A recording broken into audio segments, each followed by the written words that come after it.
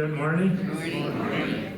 And welcome to the last Veterans Meeting of 2023. There's no applause for that. Well, anyway, we won't be meeting in January, but we will in February. There's a thing called New Year's Day that I think we're going to skip for a Veterans Meeting. Now, before we start, I want to mention one thing. On the table over there are some copies of a thing that appeared in the St. Louis paper a couple of days ago, and it has to do with homeless veterans and tiny homes. And you may remember several months ago, we had a speaker here talk about tiny homes that are started out in Kansas City, and they now have them in St. Louis. And this article in the paper showed pictures and all about the tiny homes here. There are copies of what was in the paper on that table over there if you're interested. Okay, so today our speaker is Fabian Grabski. Fabian served in the Army Corps of Engineers from '91 to 2010 and transferred to the Air National Guard. He started working for the VA in 2012 and worked in increasingly more responsible positions until his current position, which is Deputy Executive Director of the VA St. Louis Healthcare System. He's a New York native and has a mechanical engineering degree from Rochester Institute of Technology and an MBA from right here, SIUE. He's going to tell us about the VA in general, about the priorities, about the facilities, and about the organization. So please welcome Fabian Grabski.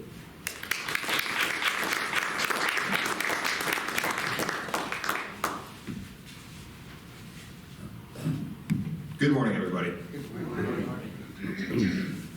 Hey, I'm going to need your password to get into the PowerPoint. Unless you just want to yell to me. 2661 is new and all.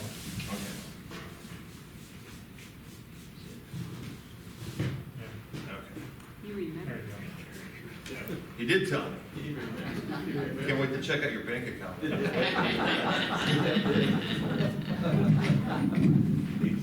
job. Okay, good morning, everybody. Good morning. Glad to be here, and it's good to see some familiar faces from Emmanuel Lutheran. I understand quite a few here. And I appreciate the invite, right? So, I feel I'm blessed to be part of the VA, really the VA St. Louis healthcare system. Our mission is great. I don't think you could ask for a better mission. Taking care of those who serve to protect our country. So today, right, I'll go through a quick PowerPoint. Wait, it kind of jumped ahead. Hang on. And then I did bring two people with me today. So Cynthia and Lisa, you want to raise your hands on the side there? So these two ladies work for eligibility for VA St. Louis healthcare system. So what you see in front of you is Harry Massey is our associate director, comes to us from another VA in West Virginia, and he is a retired master sergeant in the Army. And then Dr. Patty Hendrickson, been with us at VA St. Louis since 2004, and she is effectively our chief nurse. So that's our governance structure, and it's not just at John Cochran downtown, it's Jefferson Barracks, and it's all the different points of care that we have throughout the metropolitan area, going all the way to Franklin County, Missouri, and Shiloh, Illinois. So John Cochran built post-World War II, kind of your typical Marshall Plan hospital, has gone through lots of different expansions throughout the years, and that is where we do acute medicine. So we have our surgery department there, ICUs, med-surg units.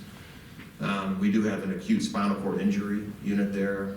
We have dialysis and all the specialties associated with care. So rheumatology, allergists, neurosurgery, neurology, right? That's a John Cochran. Jefferson Barracks, slightly different mission, right? It has outpatient as well, but it's mostly primary care, mental health. And at Jefferson Barracks, we have inpatient psych. We have a whole building for that. We also have a whole building for spinal cord injury patients. And then we have what's called a community living center, but it's really not. It's a 30-day skilled nursing rehab center. And so we get people in, veterans, get them so they are able to function, ambulate, and then we get them home. Right? So all part of the same system, but each campus has a slightly different mission. So CBOCs, community-based outpatient clinics. So we have quite a few of those.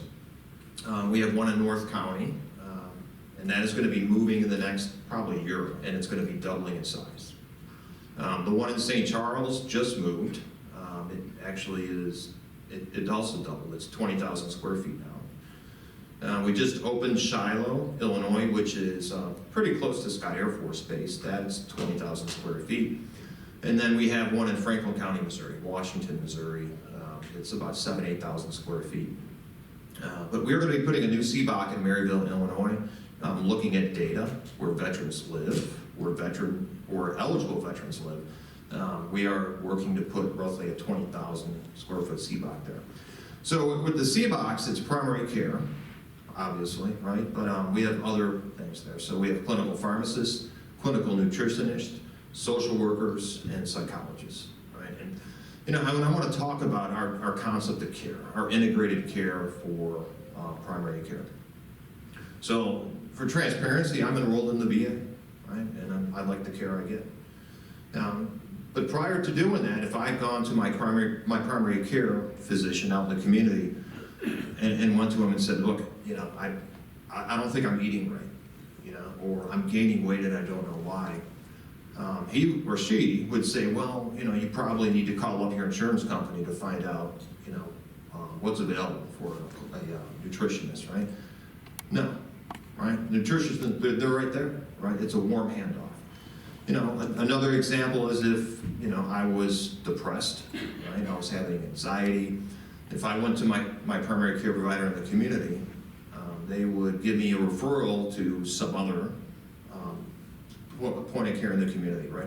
I'd have to call, have to make an appointment, have to check to make sure my insurances would cover it, right? And it's not a warm handoff for us, right? And then with the clinical pharmacist, it's great too, right? So you're prescribed a medication, say a new medication from your visit with VA. You sit down with them before you leave, right? And they look through all the medications you're currently on, along with the new medication that's being prescribed to make sure there's no contradictions, right? And and they can talk about side effects, right? Time to take the medications, things of that nature. So it is inherently different than primary care out in the community. So we are big, right? 3,500 employees in our whole system, and we are continuing to grow. I'll put this up to the group, right? If you have registered nurses in your family that are looking for a career change, right? Have them go to, it's a website. It's usajobs.gov, G-O-V, usajobs.gov. And you could put in a query for St. Louis, VA, and you could look at all the different jobs we're hiring for. So it's a great place to work, it truly is. So 70,000 veterans across Missouri and Illinois trust us with their health care. And we are growing. So last year we grew almost 5,000 unique veterans enrolled with us. Last month we had over 300 veterans new to us enroll. And so I'm hoping by the end of this year we've grown another 5,000 veterans. And so as we enroll more veterans, we hire more staff, right? And so unlike in the community, at times, right, if you're trying to establish, a primary care doctor, first visit, you may be waiting 3, 4, 5 months, right? Our metric is much sooner, right? It's literally less than 30 days, right? We got to try to get you in for your first appointment. So our wait times are very, very low. If you're an established primary care patient, you call, you have an appointment in 3 to 4 days. If you're an established patient and you need to see a rheumatologist or a neurologist, we'll see you in about 2 weeks. And so my father, he's a veteran. And ironically, I ended up in St. Louis, where in 1973, the record center had a fire. His records were burned, right? So he's a veteran, but he can't prove he's a veteran. So he's elder, and so he was trying to set up an appointment with a rheumatologist in New York, and he had to wait 8 months. 8 months, right? VA, less than 14 days. Big difference. So our budget is big. This year it'll be approaching $1 billion. That's our operating funds. And so VA, DoD sharing agreements. So we do have a footprint over at Scott Air Force Base. We do some ortho work for active duty people there, and then they give us space. And so this year, I want to change the function of the space to actually add 2 primary care teams there, because the new CVOC that we put in place in Shiloh is being utilized so much, right, that the access is starting to get difficult. So we'll hire 2 more PAC teams, and our teams consist of a doctor, a nurse, an LPN, and a scheduler. And we're going to embed them at Scott Air Force Base in their clinic building so we can continue to have that great access.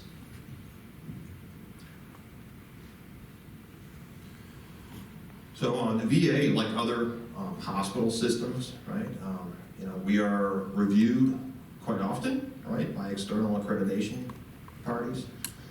And that's a good thing, right, because it makes sure we're doing what we're supposed to be doing, right? So Joint Commission and CARF, right, two different organizations. We had CARF last year, right, did exceedingly well, had Joint Commission the year before. And, I've been around for a while in the VA, and that was probably the best Joint Commission visit we've ever had. So they look at everything, your outcomes, right, patient safety, right? And so it's a whole week visit, with a whole team of 12 to 15 people, and we did exceptionally well. So it started last year, CMS, right, Medicare, right, for forever. VA was not included in that because we're not part of the Medicare system. But they started looking at quality, how do we compare, right, to what CMS is rating community systems, community hospitals. And so right out of the bat, right, we scored 4 out of 5 with our quality outcomes and patient safety. And, I will tell you, in the St. Louis area, there are hospitals and systems that did not get 4 out of 5, right? There was one that was 2. A lot of them are 3 stars, right? So I feel very proud that first time we were compared through the Medicare system, we did exceedingly well. So we do have a community living center down at Jefferson Barracks, and I spoke of that. It's not long-term care. Effectively, it's 30-day skilled rehab, but we are 5 out of 5 with that from CMS rating. And you can see our ED is received an accreditation last year. We do great stuff there. And then our trust scores, right? So VA is very much interested in customer satisfaction. So there's a myriad of different surveys that go out, right? Some, one's called SHEP, another one is V-Signals, right? And it's, it's a good way for us to monitor data, trend data, right? To see if there's things we are doing incorrectly from a customer perspective, or, if we're, for example, if in a particular clinic, we're getting satisfaction scores that were great and now they've dropped out. That gives us an opportunity to go look at it, right, and see what's going on, basically do an investigation, make some changes and try to recover, right, that great customer satisfaction. So affiliations, right, so on an annual basis, VA across the country has 118,000 residents cycle through, right, and this is post-World War II. It was a great idea. To effectively build medical centers close to medical schools, right? So if you go out in the community and ask 10 providers where they did their residency, 7 out of 10 will say they did it at a VA, right? So we are part of that system, educating future physicians across the country. So for us, we typically do about 300 a year, right? Different rotations. And so it's SLU and it's WashU, both are medical schools. And so with that affiliation agreement comes some great things, right? For instance, if there's a super subspecialty, right, that we have almost no demand from veterans, does that pay for us to hire a physician if we're only seeing 4 patients a year? Of course not, right? But through the affiliation agreement, right, we have many physicians at SLU and WashU, which is really Barnes, right, that have partial appointments with us, right? Maybe you want, for example, someone has a half-day clinic once a month, someone who has an exceedingly rare specialty to their discipline, right? So we train their students, but then we get access to their physicians to help us out when needed.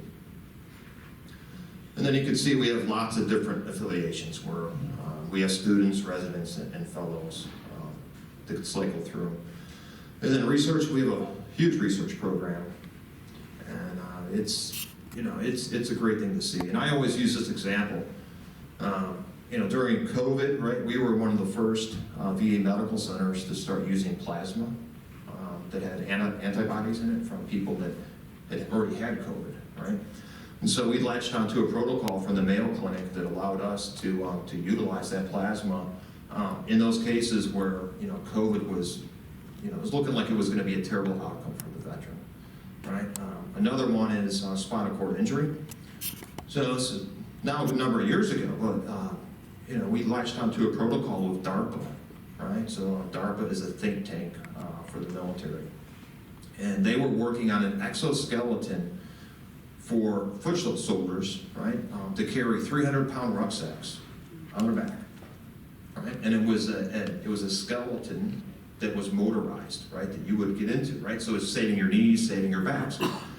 And so I thought, well, that would be great for our spinal cord injury patients, right? Some of whom have not walked in decades, right? And so we started a protocol. It's called the ReWalk, and it just gives you goosebumps when you see spinal cord injury veterans that are really paralyzed from the waist down, walking down the hallway, right, with this device. And for them, it's a game changer psychologically, because when you're in a wheelchair, when you're talking to people, right, you're doing that all the time, right? So this one young veteran, to him, he told me that the best part of this, aside from ambulation, was his ability to talk to people standing up, eye to eye, right?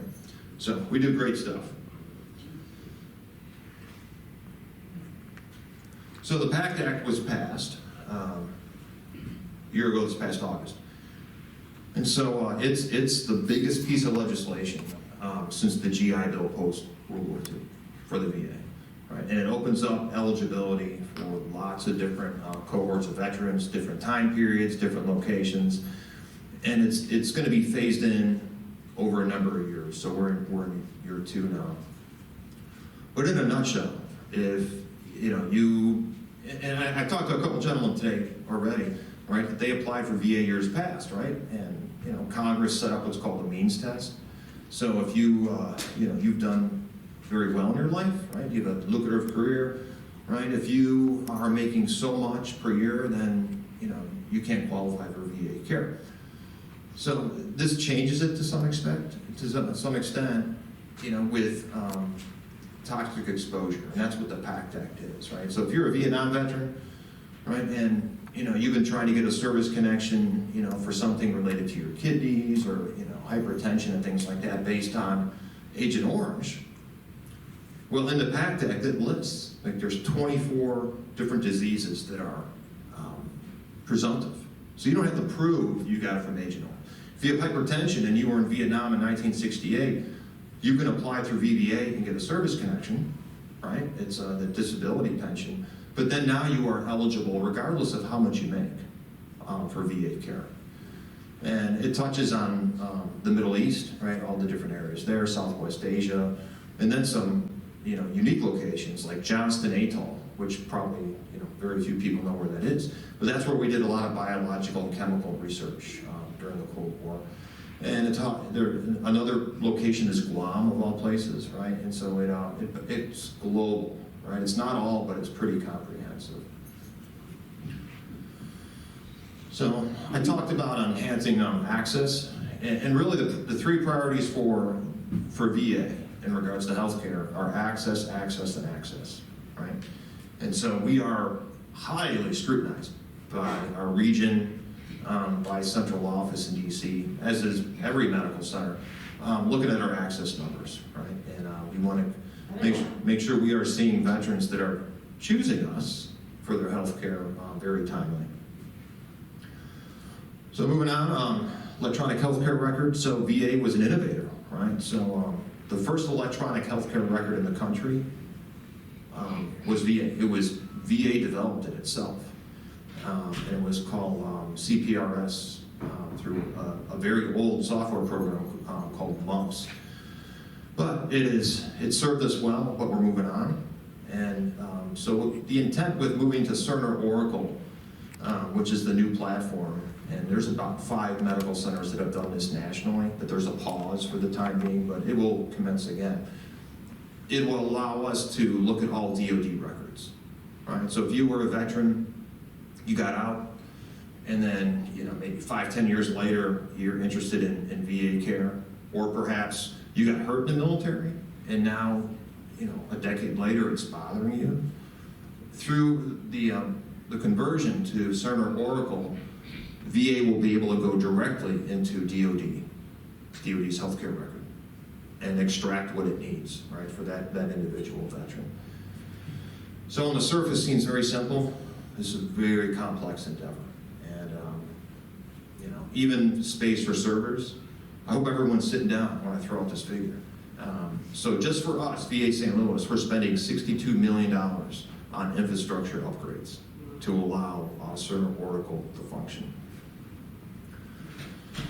So the PACT Act also allowed us to do some things that historically we couldn't. So VA you'll never get rich working at the VA, right? But we try to be competitive with the marketplace. But post-COVID, healthcare took a hit, right? So it's not only us, it's other VAs, it's all community systems. There's a general shortage of people in the healthcare industry. And I think some people changed careers. Some people who were eligible to retire said, you know what, I'm gonna retire now, right? COVID has made that decision for me. So we are trying to compete with the diminishing labor workforce across the country. So the PACT Act has allowed us to be even more competitive. Instead of trying to be the median, payer in our catchment, right now we're 75-80%, right? So we are seeing lots of applicants apply for different positions that a year ago we weren't seeing. And that's a good thing, right? Because we do need to be staffed appropriately to take care of our veterans. So John Cochrane, right? Kind of an old hospital. So I started this way back in 2010, and this is a new bed tower project. It's lots of different things. It's a new utility plan. I've bought and purchased land north and south of us over a good number of years. So anybody ever watched the show Sweetie Pies on Oprah Network? Right. So I bought that restaurant. Right. We own that now. And so we've expanded our campus footprint. And Congress this year, it appears, as I talk to you right now, right, we're going to get about 1/3 of that money this year, and then the rest of it 2 years from now. And so this will be a generational project at John Cochrane. So if you've been to John Cochrane, right, you go into an inpatient room, you have at least one roommate, sometimes more, right, depending if the room's a little bigger, right, really not the standard, right, that our veterans deserve. And I'll be honest, that in the community, you probably get a little more privacy. So this will be all private rooms. We're going to move our surgery department over there, our sterilization department over there, and we will expand our spinal cord injury acute unit there as well. And also first for us will be a small inpatient unit. It's a psychiatric unit, but acute medicine, all right? So individuals who are struggling with mental health disease also get sick at times. say with pneumonia, right? And so, so this will be a hybrid unit that allows us to treat the medicine side of veterans along with the mental health disorder.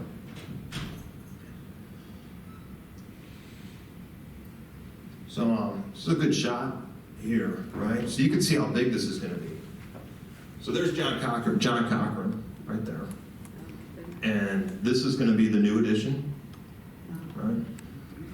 So this will be a parking garage. SATAC, right? We have a great program for people that are dependent on opioids, right? This is effectively a methadone clinic, right? So individuals come in the morning, they get their dose, and then they go to their job. And over time, the concentration is decreased and decreased and decreased, that they're no longer addicted. This parking garage I finished last year. It's functional. That'll be a new utility plant. And I forgot what that's going to be. But, you know, in totality, right, this will be the most capitalized, right, the most expensive federal project ever in the St. Louis area.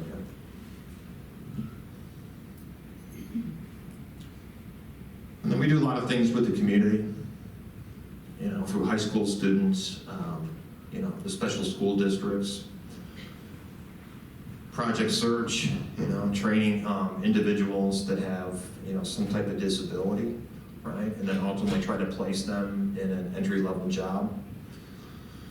And then college after work, right? That's internal to us. I started that 2 years ago, right? So, you know, for individuals that needed some motivation, right? That they've always wanted to go to college, but perhaps couldn't afford it, right? And so we effectively fund the first 2 years, and they do it on their own time, right? I'm not paying them to go to school, but we fund the tuition, you know, with the expectation, right, that they'll like what they're doing, and then they'll continue on, right, and achieve their degree.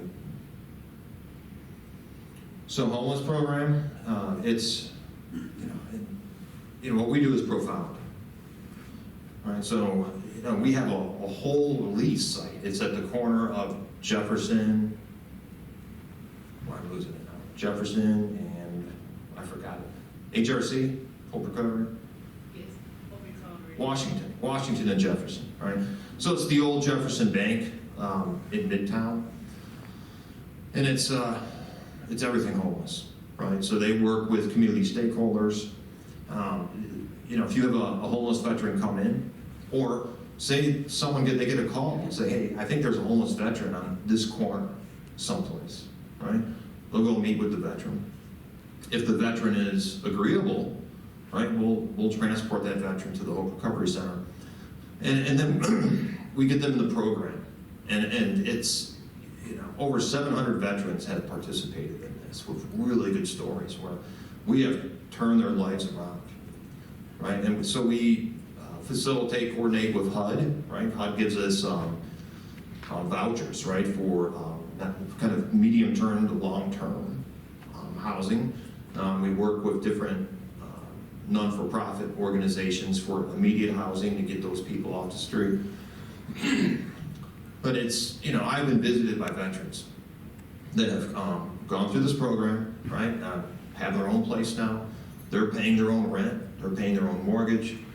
They have a job, and they have completely turned their life around based on this. So it's a great program.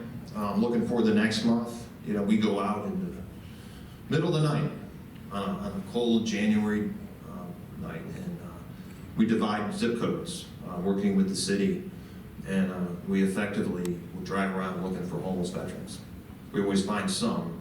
I will tell you, it's much less than it was in years past, and I think that's because part of our efforts with our Hope Recovery Center. So that's a little bit about us, what we do, right? So I assume we have all veterans here today? No, we don't? Okay. Okay, so, you know, if you're interested in today, Lisa and Cynthia are from our eligibility section, right? And if you're interested in applying, or to see if you're eligible, right, to join VHA Healthcare, right? That they can do that for you today, right? And they'll stay as long as is needed. But it's, for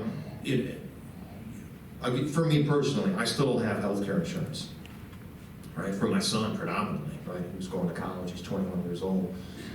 But someday I could drop that, right? Because I have VA care. But my point is, if you have good insurance, that's great, right? If Medicare, that's great, right? That doesn't prohibit you from seeing if you're eligible to enroll, right? So, even things as mundane as like pharmaceuticals, which are getting prohibitively expensive, right? So depending on if you're eligible, thumbs up, and depending on which priority group you are, and it goes 1 through 8, right? There's a fair chance, right, that if you enroll at the VA, get with your primary care physician for your first appointment, right, that you won't have to pay for pharmaceuticals anymore, right? The VA will mail them to you, right? So eyeglasses, right? So see a lot of eyeglasses. Same thing. You could be a very low priority group enrolled with us, and you get free eye care, right? So for me, I get 1 pair of glasses a year, and I like contacts, so I get contacts too. So there's all types of benefits with the VA. It's a very integrated system, and it's my joy to be part of it and also receive care there. So questions from the group today? I know a little about a lot, so.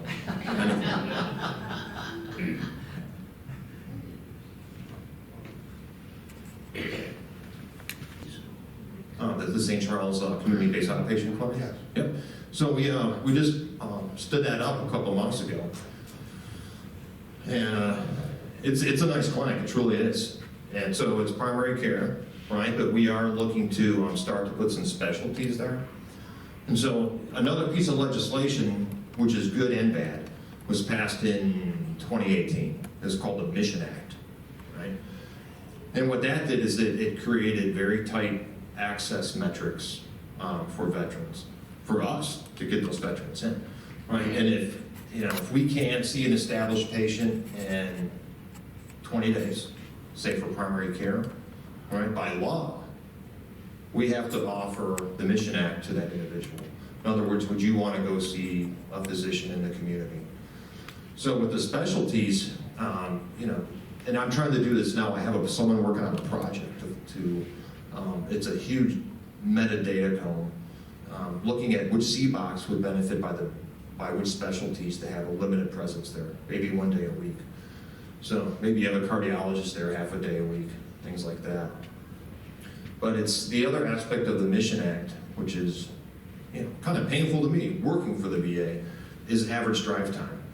So if you live, say, 30 minutes west of the new St. Charles CBOC, and you need to see a neurologist, right? And it calculates automatically what the average drive time is from where you live to go to John Cochrane. If it's 1 minute over 60 minutes, by law, we have to offer you care in the community, right? So for me, the care is not as integrated, right? Because now it's not being done by the VA, where you have other players. And at times, and this is fascinating to me, so it's, average drive time, and then you're available for the Mission Act. We have a group that sets up that appointment in the community. But more often than not, you're waiting longer, because access in the community isn't great either, right? They struggle. So we are starting to do a lot of VBC, which is Veteran Video Connect, right? So you could have virtual appointments on your phone or on your computer. And then the same thing, we're looking at doing that at some of our CBOCs. In other words, having a dermatology virtual clinic there, where we have the staff there that aren't from dermatology, right? But you can have a live discussion with special cameras where they're looking at what you're concerned about, right? With your skin, and and trying to keep all that care inside. So to your point, mental health, clinical nutrition, pharmacy, primary care, and we are going to start implementing some additional specialties out there to be determined. Yes, sir. Yes, ask, do you have the responsibility over all the nursing homes in Missouri, like in North St. Louis, it said, or is that another facility? So the question is, the state nursing homes, right? Those are state nursing homes, right? So, they're not part of our system, but we are asked by VA once a year. We have our own inspection team that goes there and reviews everything, from the environment of care to clinical outcomes to proper medication disbursement, all that stuff, right? And the reason we can do this, and the reason we're asked to do this, is because there are monies that flow to all state nursing homes through Big VA, through central office. And that is the case throughout the country. Other questions?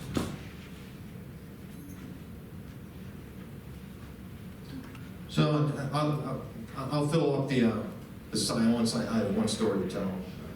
And if there's no more questions, I'll thank you for your time and encourage you to work with Cynthia and Lisa to see if you're eligible for our care. So, I talked about how we do primary care different than the community. The other thing we do different than the community is we're not about profit at all, right? And so for us, it's about outcomes, right? How can we make that veteran whole? And so I'll do two different things on this. So one of them is whole health, and we were a flagship starting whole health, and we have a huge program, right? So it's always nice to see veterans that are in their 70s, 80s, 90s doing Tai Chi, right? Doing yoga, getting acupuncture, right? So it's all these, additional modalities of care that, 10 years ago, as you asked me, would we be doing yoga? I'll give you a funny look, right? So things have changed, right? And through our whole health program, which is under primary care, it's, instead of going to your physician and, the physician says, what's going on? It's like, well, it hurts when I do this, and the physician says, well, don't do that then, right? See you next time, right? So it's, rather it's the discussion, right? What are your goals, right? And maybe your goal is that, hey, I would love to play catch with my grandson, right? But my shoulder, I can't take it anymore. Okay, let's focus on that, right? So it's coming to a negotiated treatment plan with the veteran, right, to allow that veteran to achieve life goals, right? And so it's a different way of looking at medicine, right? And we've been doing this for quite a few years now. And, I would say from a demographic standpoint, individuals joining our whole health program aren't the younger veterans, right? A lot of them, veterans that are retired, and that's great, right? We're trying to get their life back to where they can do things they want to do. So talking about profit, right? So my dad, again, a veteran, but not according to the government because his record's burned. So, I had to go back to New York in September, right? And so he needed a procedure, and it was so foreign to me, right? So his cardiologist said, well, you're going to have to call your insurance company to see what they'll cover. And there are two procedures, right? One way more expensive than the other. And I called the insurance company, and they said, nah, we're going to go with the cheaper one, right? And, I've been around the block a couple of times, right? So I'm not a doctor, but I can talk doctor language, right? So, I had a long discussion with them, and then finally they blinked, right? But they didn't want to pay, right? For us, it's not about profit, right? So, good friend of mine, he's a veteran. He's enrolled, Vietnam veteran. Just a great advocate for veterans. We have easily spent over $4 million on him, this one patient, over the last 12 years, right? And he will tell you, that we have saved his life 5, 6, 7 times, right? With, different types of aggressive cancer and all different types of things. He's still here, right? And so it's about making the veteran whole. I can only stress that so much, right? It's not about, well, I don't know. It's a flip of a coin if this treatment is going to work, so, we're going to choose not to do it. No, we do, right? We do what's necessary within our realm of possibility or our control, right, to try to make that veteran healthy. So different than the community. The last chance. Any questions? Casey? How many centers like this are there in the United States? How many centers like this in the United States? So VA has approximately 156 medical centers throughout the world. I say the world because we are a global healthcare system. Right? We have a medical center in San Juan, Puerto Rico, Anchorage, Alaska, Hawaii, and then smaller, really not hospitals, but we have a presence in Guam, America, Samoa, the Philippines, and there's one more. But yeah, we're quite unique. But roughly 156 medical centers in the whole system. So The whole system is financed federally. the whole system is financed federally with a caveat. So if someone does enroll with us and they have third-party insurance, right? We can bill on that. So we're not very successful at it. I'll be honest with you. But it's like 25 cents on a dollar for someone that has third-party insurance. But last year, through that effort, we recovered $35 million. With the whole budget of $880 million last year, it's not, 35 million is not insignificant, right? But it does help us, right? Because everything's getting more expensive, and at times the increase in funding we get through Congress is not keeping up with the cost of products. For instance, our pharmaceutical department, right, has over 100 people, right? But the pharmaceuticals, as you get older, right? I mean, they start to become part of your daily regimen. So, 145 people, I remember now, within pharmacy, our whole pharmacy department. This year, their salaries plus everything that we have to buy to give the patients will be over 100 million by itself.